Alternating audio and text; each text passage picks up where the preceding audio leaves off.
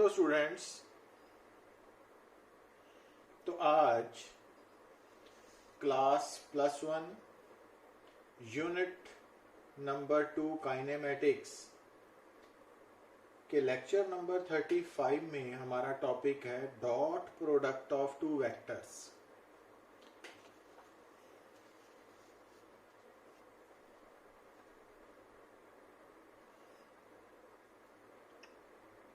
तो जैसा कि इससे पहले हम प्रीवियस लेक्चर्स में वेक्टर्स के बारे में पढ़ चुके हैं,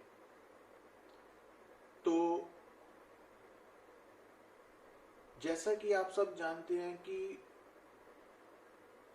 वेक्टर्स एंड स्केलर्स ये दो डिफरेंट टाइप्स ऑफ क्वांटिटीज हैं।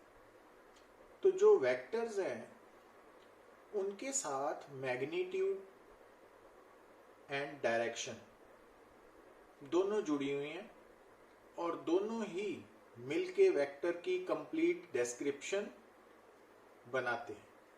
मींस वेक्टर के बारे में जो कंप्लीट इंफॉर्मेशन है वो मैग्नीट्यूड एंड डायरेक्शन दोनों मिलके बताते हैं।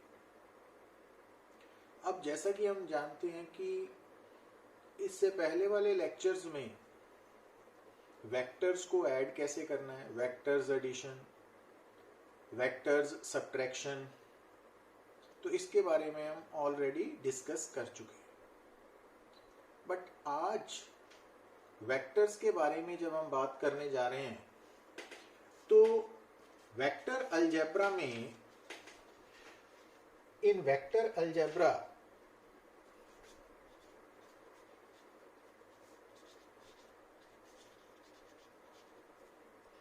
हम एक तो डिस्कस करते हैं वेक्टर्स एडिशन के बारे में, दूसरा वेक्टर्स सब्ट्रैक्शन के बारे में, और तीसरा है vectors product, multiplication of vectors के बारे में, जिसके बारे में हम आज बात करने जा रहे हैं। तो जैसा कि स्केलर क्वांटिटीज के बारे में आपको मालूम है कि वहां पर हम स्केलर क्वांटिटी को ऐड भी करते हैं, सब्ट्रैक्ट भी करते हैं, मल्टीप्लाई भी करते हैं, और उसके साथ साथ डिवीजन भी होती है ना। पर यहाँ वेक्टर अलजेब्रा में जो वेक्टर डिवीजन है वो एप्लीकेबल नहीं है। मीन्स आप दो वेक्टर्स को ऐड कर सकते हो, सब्ट्रैक्ट कर सकते हो, प्रोडक्ट ले सकते हो, बट एक वेक्टर को दूसरे वेक्टर के साथ जो डिवीजन है डिवाइड नहीं कर सकते, क्योंकि ये फिजिक्स में एप्लीकेबल नहीं है। तो आज हम बात करने जा रहे हैं वेक्टर्स प्रोडक्ट की। तो जब हम वेक्टर्स प्रोडक्ट की बात करते हैं, मल्टीप्लिकेशन ऑफ वेक्टर्स की, तो ये फर्दर दो तरह से डिस्कस की जाती है। एक डॉट प्रोडक्ट और दूसरा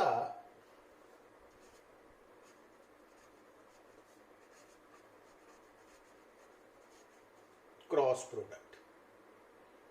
ठीक है, तो जब हम वेक्टर्स प्रोडक्ट की बात करते हैं तो ये वेक्टर्स का जो प्रोडक्ट है वो एक तो डॉट प्रोडक्ट और दूसरा क्रॉस प्रोडक्ट की टर्म में डिस्कस किया जाता है। तो इनिशियली हम डॉट प्रोडक्ट मींस दो वेक्टर्स का जो डॉट प्रोडक्ट है वो कैसे फाइंड आउट करना है, तो उसके बारे में बात करेंगे। तो इसके लिए अब देखिए, dot product of two vectors.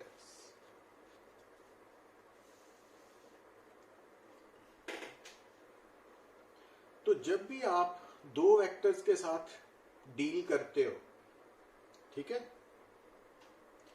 तो एक तो आपको उन दो वेक्टर्स का मैग्नीट्यूड मालूम होना चाहिए, और दूसरा उन दो वेक्टर्स की डायरेक्शंस।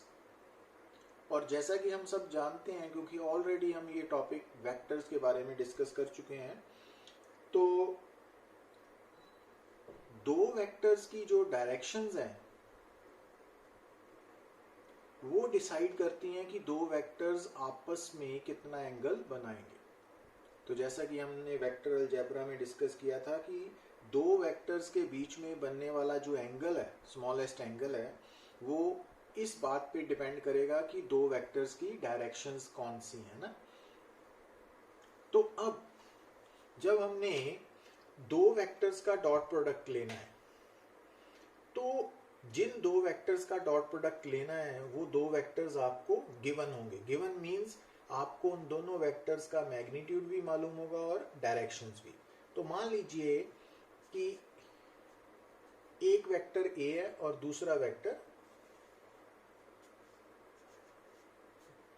बी है, ठीक है। और दोनों वेक्टर्स जो हैं उनके बीच में बनने वाला स्मॉलेस्ट एंगल है थीटा। तो थीटा क्या है? Smallest angle between the two given vectors. और जो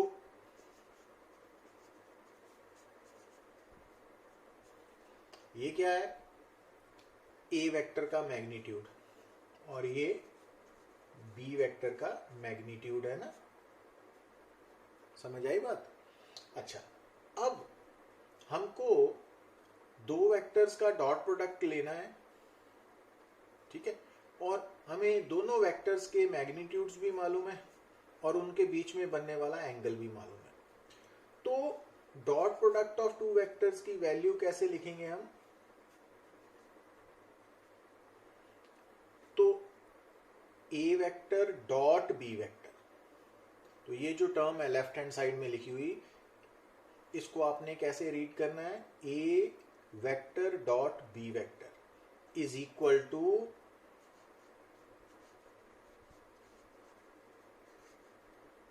अब इसका मीनिंग क्या है? इसका मीनिंग है कि अगर आपने दो वेक्टर्स का डॉट प्रोडक्ट लेना है तो उसका आंसर क्या आएगा, कैसे ऑब्टेन होगा? तो जिन दो वेक्टर्स का डॉट प्रोडक्ट लेना है ना, तो आप उन दोनों वेक्टर्स के मैग्नीट्यूड्स और उन दोनों वेक्टर्स के बीच में बनने वाला स्मॉलेस्ट एंगल का कोसाइन कॉस थीटा लोगे ना। तो इन तीनों को, फर्स्ट वेक्टर का मैग्नीट्यूड, सेकंड वेक्टर का मैग्नीट्यूड और उनके बीच में बनने वाला जो स्मॉलेस्ट एंगल है उसका कॉस, तो इन तीनों को मल्टीप्लाई कर दोगे तो वो dot product of two vectors का आंसर आएगा। तो इसका मतलब जो dot product of two vectors है, तो इसका जो आंसर आएगा दिस वन, ये एक स्केलर क्वांटिटी है। मींस जब आप दो वेक्टर्स का डॉट प्रोडक्ट लेते हो तो जो आंसर ऑब्टेन होगा ना, उसकी कोई डायरेक्शन नहीं होगी, सिर्फ मैग्नीट्यूड होगा। Got it? तो जो दो वेक्टर्स हैं अगर उनका डॉट प्रोडक्ट लिया जाए तो उसका जो आंसर आएगा, तो आंसर में जो रिजल्ट है उसका सिर्फ मैग्नीट्यूड होगा, डायरेक्शन नहीं होगी। तो दैट्स वाई जो result of dot product of two vectors है वो स्केलर क्वांटिटी है। और इसी कारण, क्योंकि दो वेक्टर्स के डॉट प्रोडक्ट का आंसर स्केलर है, तो इसी कारण dot product is also known as scalar product of, got it? तो अब तक जो बात आपने समझनी है, क्योंकि इससे पहले वाले लेक्चर्स में हम वेक्टर्स के बारे में, वेक्टर्स की एडिशन सब्ट्रैक्शन के बारे में बात कर चुके हैं, और वहां पे आपने क्या देखा था कि जो दो वेक्टर्स हैं ना, वो तभी ऐड हो सकते हैं जब वो लाइक वेक्टर्स हों। मींस वेलोसिटी के साथ वेलोसिटी, मोमेंटम के साथ मोमेंटम, फोर्स के साथ फोर्स। और सब्ट्रैक्शन में भी यही बात है कि जो वेक्टर सब्ट्रैक्शन है उसमें भी लाइक वेक्टर्स का होना जरूरी है ना। और जब आप दो वेक्टर्स को ऐड करते हो, लाइक वेक्टर्स को, तो अगर दो वेक्टर्स जिनको आपने ऐड किया अगर वो फोर्सेस हैं तो आंसर भी फोर्स ही आएगा। और अगर आपने मोमेंटम में से मोमेंटम को सब्ट्रैक्ट किया तो आंसर भी मोमेंटम आएगा ना। पर जो प्रोडक्ट है ना वो अनलाइक वेक्टर्स में हो सकता है।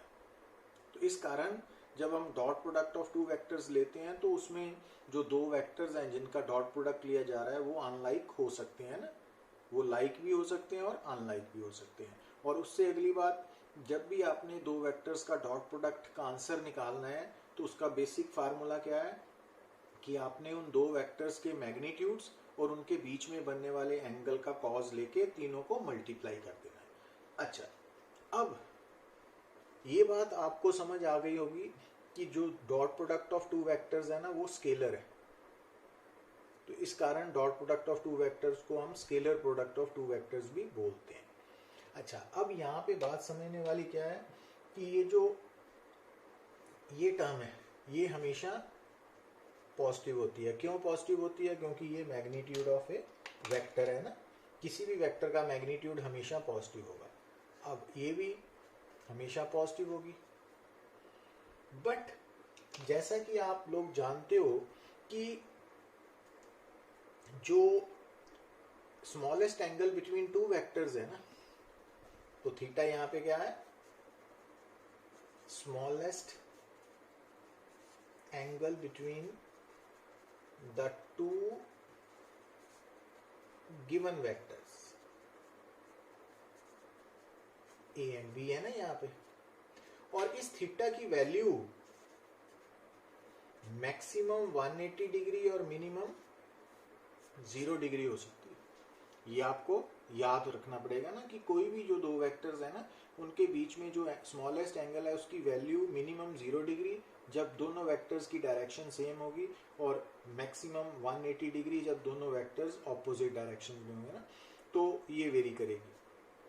अब क्योंकि डॉट प्रोडक्ट में cos थीटा इन्वॉल्व है, तो अब आपको मालूम होना चाहिए कि जब थीटा लेस देन 90 डिग्री होता है ना तो cos थीटा की वैल्यू पॉजिटिव आएगी, है ना, cos इन फर्स्ट क्वाड्रेंट। तो अगर थीटा की वैल्यू 90 डिग्री है तो cos थीटा की वैल्यू 0 आएगी, और अगर थीटा की वैल्यू ग्रेटर देन 90 डिग्री है बट लेस देन 180 डिग्री है तो फिर cos थीटा की वैल्यू नेगेटिव आएगी ना, क्योंकि ये सेकंड क्वाड्रेंट हो जाएगा ना। तो इसका मतलब कि जब आप दो वेक्टर्स का डॉट प्रोडक्ट लेते हो तो वो उसका आंसर कैसे ऑब्टेन करना है कि आपने फर्स्ट वेक्टर का मैग्नीट्यूड, सेकंड वेक्टर का मैग्नीट्यूड और उनके बीच में बनने वाले एंगल का कॉज लेके तीनों को मल्टीप्लाई करना है। अब क्योंकि जो cos थीटा है ना, अब यहां देखिए कि ये पॉजिटिव, नेगेटिव और 0 आ सकता है ना, तो cos थीटा की वैल्यू पॉजिटिव, नेगेटिव, 0 आ सकती है। वो डिपेंड करेगी कि थीटा एक्चुअली कितना है। तो इसका मतलब क्या हुआ? इसका मतलब हो गया कि ये पॉजिटिव है, ये पॉजिटिव है, बट cos थीटा अगर पॉजिटिव है तो डॉट प्रोडक्ट पॉजिटिव आएगा। अब अगर cos थीटा 0 है तो डॉट प्रोडक्ट 0 होगा, और अगर cos थीटा नेगेटिव है तो डॉट प्रोडक्ट भी नेगेटिव होगा। तो इट मीन्स आपने याद क्या रखना है कि दो वेक्टर्स का जो डॉट प्रोडक्ट है ना वो है तो स्केलर, बट वो पॉजिटिव, नेगेटिव और 0 हो सकता है ना, ये बात आपने भूलनी नहीं है। तो dot product of two vectors scalar है पर वो पॉजिटिव, नेगेटिव और 0 हो सकता है, और वो कौन डिसाइड करेगा? जिन दो वेक्टर्स का हम डॉट प्रोडक्ट ले रहे हैं उनके बीच में बनने वाला एंगल। तो अगर वो लेस देन 90 डिग्री है तो डॉट प्रोडक्ट पॉजिटिव आएगा, अगर वो इक्वल टू 90 डिग्री है तो डॉट प्रोडक्ट 0 आएगा, और अगर greater than 90 degree but less then और इक्वल टू 180 डिग्री है तो डॉट प्रोडक्ट नेगेटिव आएगा ना। तो अगर ये बात समझ आ गई ना कि अगर थीटा लेस देन 90 डिग्री है तो डॉट प्रोडक्ट पॉजिटिव, अगर थीटा इक्वल टू 90 डिग्री है तो डॉट प्रोडक्ट 0, और अगर theta greater than 90 degree but less than equal to 180 degree है तो नेगेटिव डॉट प्रोडक्ट आएगा। तो ये बात आपको समझ आनी चाहिए। तो अब जब हम बात करते हैं dot product of two vectors की, तो dot product of two vectors को निकालने के लिए किन बातों पे कंसंट्रेट करना है वो आपको समझ आ गई होगी। अब अगर हम इससे आगे की बात करें तो ये देखिए कि मान लीजिए ये है ए वेक्टर है ना, और ये है बी वेक्टर, और ये दोनों के बीच में बनने वाला थीटा है। अब जैसा कि मैंने बताया कि इनके बीच में बनने वाला ए डॉट बी, ये हो गया ना। अब अगर मैं आपसे बोलूं कि आप बी वेक्टर के हेड से, ठीक है, अगर हम बी वेक्टर के हेड से परपेंडिकुलर ड्रॉ करें ऑन ए वेक्टर, तो ये परपेंडिकुलर ड्रॉ कर दिया ना हमने, तो अब ये वैल्यू कितनी होगी, बी कॉस थीटा, है ना। ये हमने वेक्टर अलजेब्रा में डिस्कस किया हुआ है सारा। तो अब जो बी कॉस थीटा है वो बेसिकली क्या है, मैग्नीट्यूड है किसका, component of B vector along A vector. तो अब यहां ध्यान दीजिए, तो अब डॉट प्रोडक्ट को आप इन अदर वे भी इंटरप्रेट कर सकते हो कि अगर दो वेक्टर्स का हम डॉट प्रोडक्ट लेने जा रहे हैं तो उसमें ए क्या है, फर्स्ट वेक्टर का magnitude of first vector in the dot product, और बी कॉस थीटा क्या है, magnitude of the component of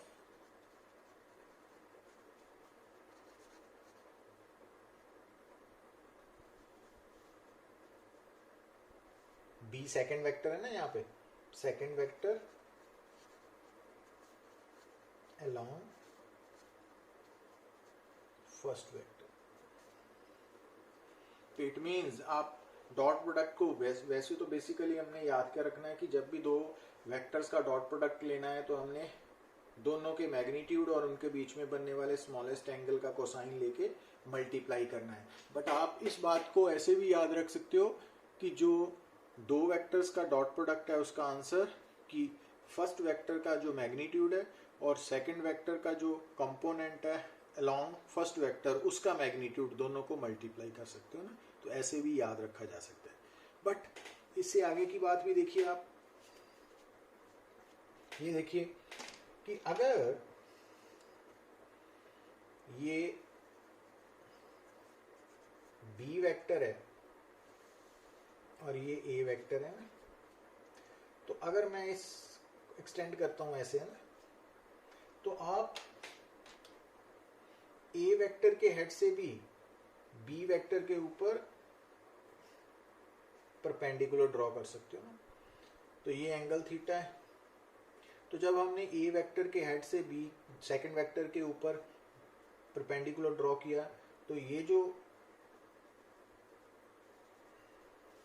distance आया ना, ये ए कॉस थीटा आएगा ना, क्योंकि ये राइट एंगल ट्राइंगल है ना। अब थीटा के सामने ये परपेंडिकुलर है, ये बेस है और ये हाइपोटेन्यूज है। अब हाइपोटेन्यूज की मैग्नीट्यूड कितना है, ए के बराबर है ना, तो ये ए कॉस थीटा होगा।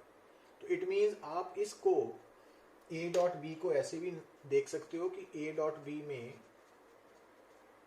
ए बी कॉस थीटा में आप बी अलग करके ए कॉस थीटा मीन्स ये है magnitude of second vector,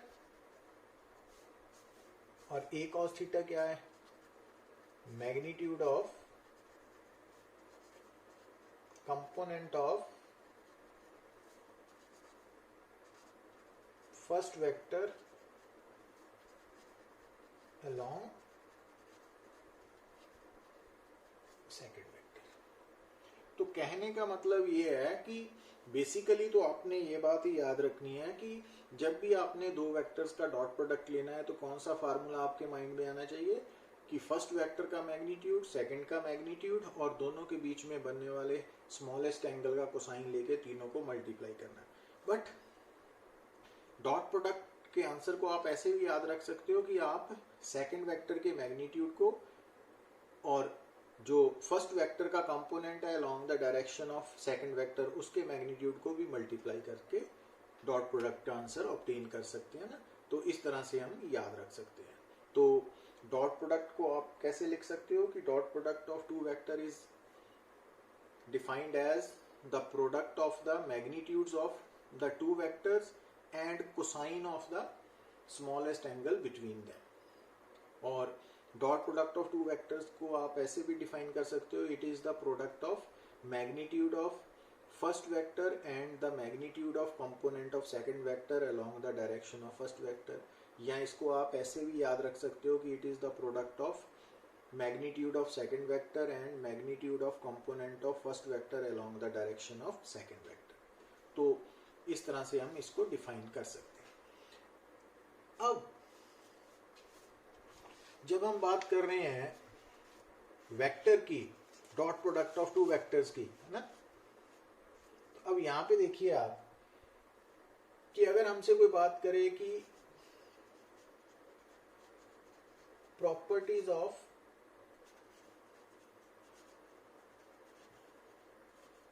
dot product of two vectors,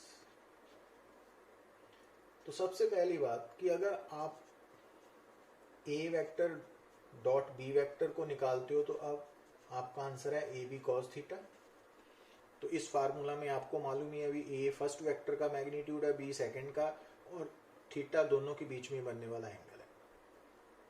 और अगर आप B vector dot A vector निकालते हो तो फिर बी ए कॉस थीटा हो जाएगा ना। पर अब यहां देखिए आप कि चाहे ए बी कॉस थीटा है चाहे बी ए कॉस थीटा, तो जो आंसर आ रहा है वो सेम आ रहा है, ठीक है ना। इसका मतलब A vector dot B vector is equal to B vector dot A vector. Means इस बात का कोई फर्क नहीं पड़ेगा कि डॉट प्रोडक्ट में फर्स्ट वेक्टर किसको सिलेक्ट किया और सेकंड किसको किया ना। तो A vector dot B vector का आंसर और B vector dot A vector का आंसर सेम है। तो इस कारण हम बोलते हैं कि dot product is commutative in nature.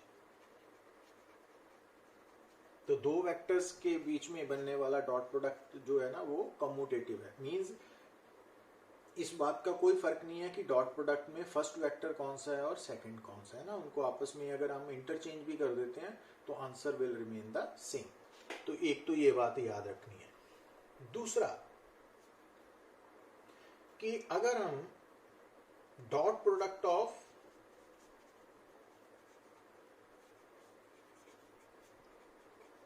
To equal vectors,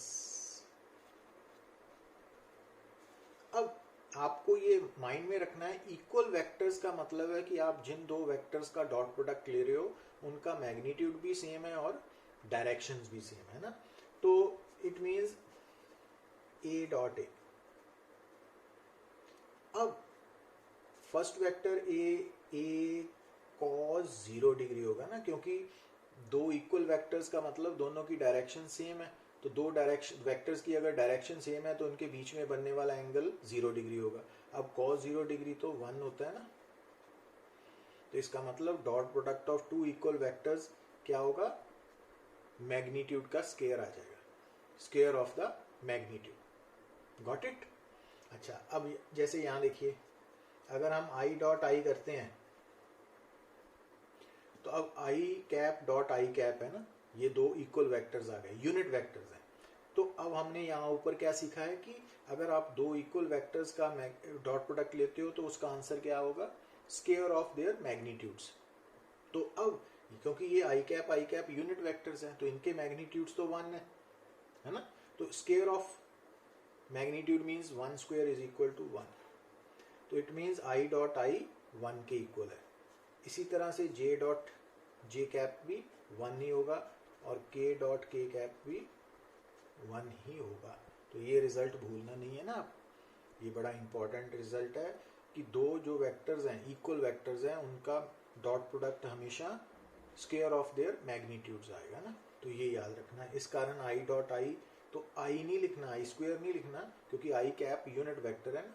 तो I cap dot I cap means 1 आएगा, जे डॉट जे कैप 1, के डॉट के कैप 1। अब dot product of two vectors जो है,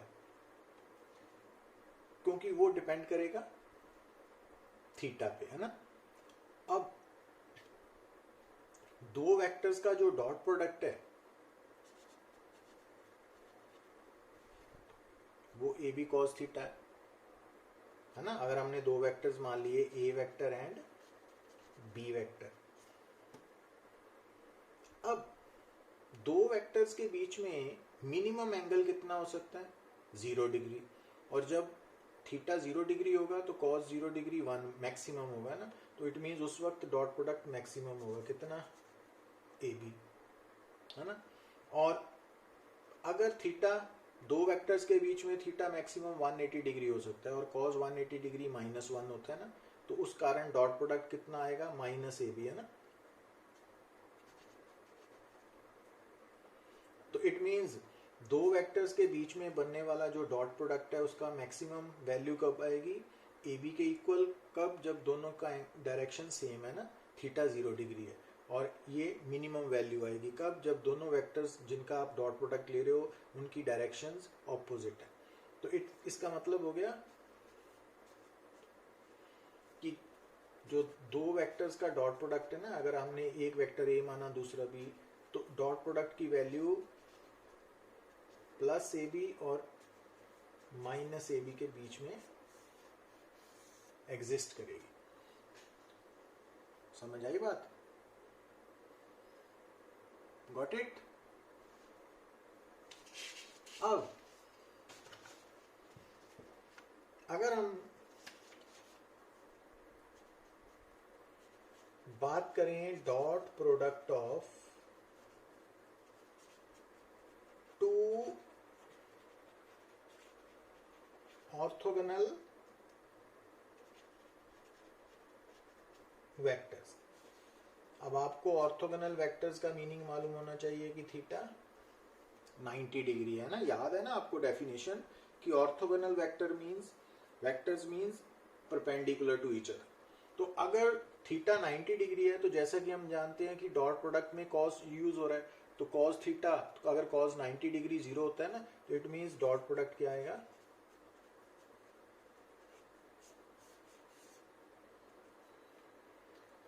तो अगर दो नॉन जीरो वेक्टर्स का डॉट प्रोडक्ट 0 आ रहा है तो इट मींस वो दोनों वेक्टर्स एक दूसरे के परपेंडिकुलर होंगे।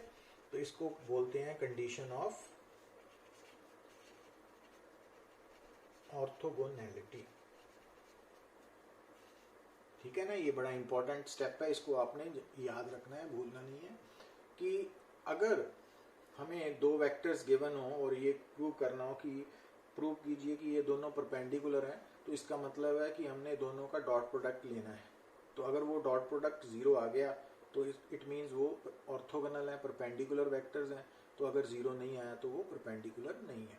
और इसका उलट कि अगर मान लीजिए हमें दिया हो कि ये दो वेक्टर्स परपेंडिकुलर हैं, तो इसका मतलब उनका डॉट प्रोडक्ट 0 लेके हम इक्वेशन को सॉल्व कर सकते हैं। तो इसके बारे में हम नेक्स्ट लेक्चर में डिस्कस करेंगे। तो अब ऑर्थोगोनल वेक्टर्स का मतलब है एक दूसरे के परपेंडिकुलर। अब जैसा कि हम देखते हैं कि आई कैप, जे कैप एंड के कैप ये ऑर्थोगोनल वेक्टर्स है ना, क्योंकि आई, जे और के आपस में म्यूचुअली परपेंडिकुलर है। तो इसका मतलब हो गया कि आई डॉट जे 0 होगा और जे डॉट आई भी 0 ही होगा ना। तो जे डॉट के भी 0 होगा, तो के डॉट जे भी 0 ही होगा, के डॉट आई भी 0 ही होगा और आई डॉट के भी 0 होगा ना। तो ये रिजल्ट्स याद रखने हैं ना। तो जैसे आई डॉट आई 1 था, जे डॉट जे 1 था, के डॉट के कैप 1 था ना, वैसे ही आई डॉट जे कैप या J dot I cap, J dot के कैप या के डॉट जे कैप या के डॉट आई कैप या आई डॉट के कैप ये 0 होंगे ना। तो ये आपने भूलने नहीं है क्योंकि ये ऑर्थोगोनल वेक्टर्स हैं। तो ये प्रॉपर्टीज आपने याद रखनी है ना, इसको हम आगे अप्लाई करेंगे। Got it. अच्छा, अब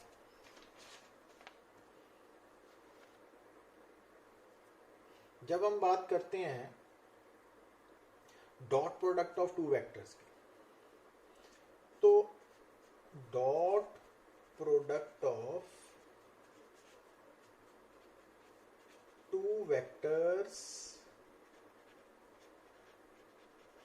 in terms of rectangular components। अब होता क्या है कि जैसा कि हमने सीखा कि अगर आपने दो वेक्टर्स का डॉट प्रोडक्ट लेना है ना, तो जैसा कि मैंने आपको ऊपर बताया कि उसके लिए आपको एक तो चाहिए फर्स्ट वेक्टर का मैग्नीट्यूड, सेकंड वेक्टर का मैग्नीट्यूड और उनके बीच में बनने वाले स्मॉलेस्ट एंगल का कोसाइन, है ना। तो इन तीनों को मल्टीप्लाई करना है। बट कई बार क्या होता है कि हमें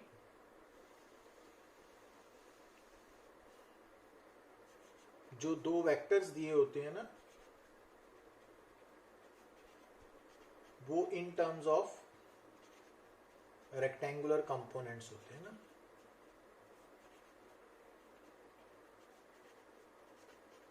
ठीक है,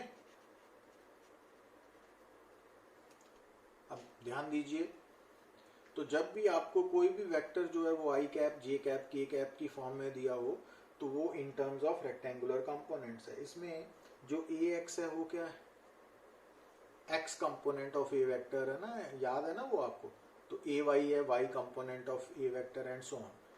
अब मान लीजिए कि हमें जो दो वेक्टर्स दिए हैं वो in terms of their rectangular components दिए हुए हैं और हमें उनका डॉट प्रोडक्ट निकालना पड़े, तो कैसे करेंगे हम? तो डॉट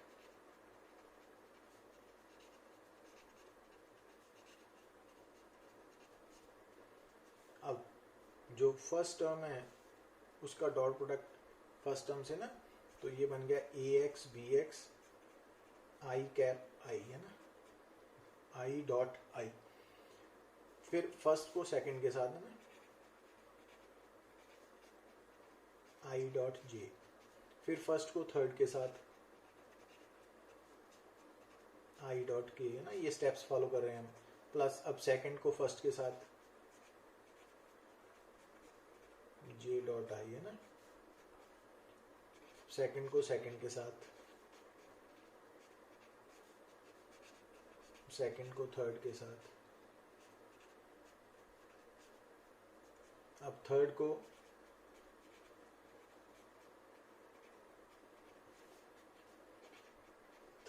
सेकंड के साथ, है ना।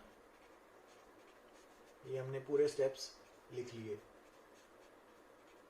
अब यहाँ पे समझने वाली बात क्या है कि जैसे हमने ऊपर प्रॉपर्टीज में किया, तो आई डॉट जे जीरो है ना, आई डॉट के भी जीरो है, ये भी जीरो, ये भी जीरो, ये भी जीरो, ये भी जीरो, ये भी जीरो, ये भी जीरो, है ना। तो ये वाली टर्म्स तो जीरो होगी। अब ये वन है ना, याद है ना आपको, ये वन है, ये भी वन है ना। तो इसका मतलब ए डॉट बी क्या आएगा, A X B X plus A Y B Y plus A Z.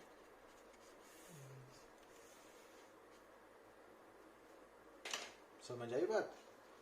तो इट मीन्स अगर आपको दो वेक्टर्स के रेक्टेंगुलर कंपोनेंट्स दिए हों तो आपने उन दोनों का डॉट प्रोडक्ट निकालना है। तो उसके लिए हमारे पास क्या फार्मूला है कि आपने एक्स कंपोनेंट को, है ना, मैग्नीट्यूड को, एक वेक्टर के पहले वेक्टर के एक्स कंपोनेंट के मैग्नीट्यूड को दूसरे के एक्स कंपोनेंट के मैग्नीट्यूड के साथ प्लस, है ना, ऐसे करना है। तो A X B X plus A Y B Y plus A Z B Z. तो इस तरह आपको मालूम पड़ गया कि आप किसी भी दो वेक्टर्स केस में जब आपको दो वेक्टर्स दिए हों और उनका डॉट प्रोडक्ट निकालना है, तो आप यहाँ तो यूज करोगे A B cos theta formula, तो यहाँ यूज करोगे A X B X plus A Y B Y plus A Z B Z, है ना। अब इनमें से कौन सा यूज करना है वो कौन डिसाइड करेगा? Given condition.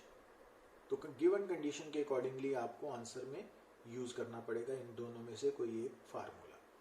तो आज की इस डिस्कशन में हमने क्या सीखा कि दो वेक्टर्स के डॉट प्रोडक्ट को कैसे फाइंड आउट करना है। दो वेक्टर्स का डॉट प्रोडक्ट जो है वो हमेशा स्केलर क्वांटिटी होगा ना, तो इसी कारण dot product of two vector is also known as scalar product of two vectors.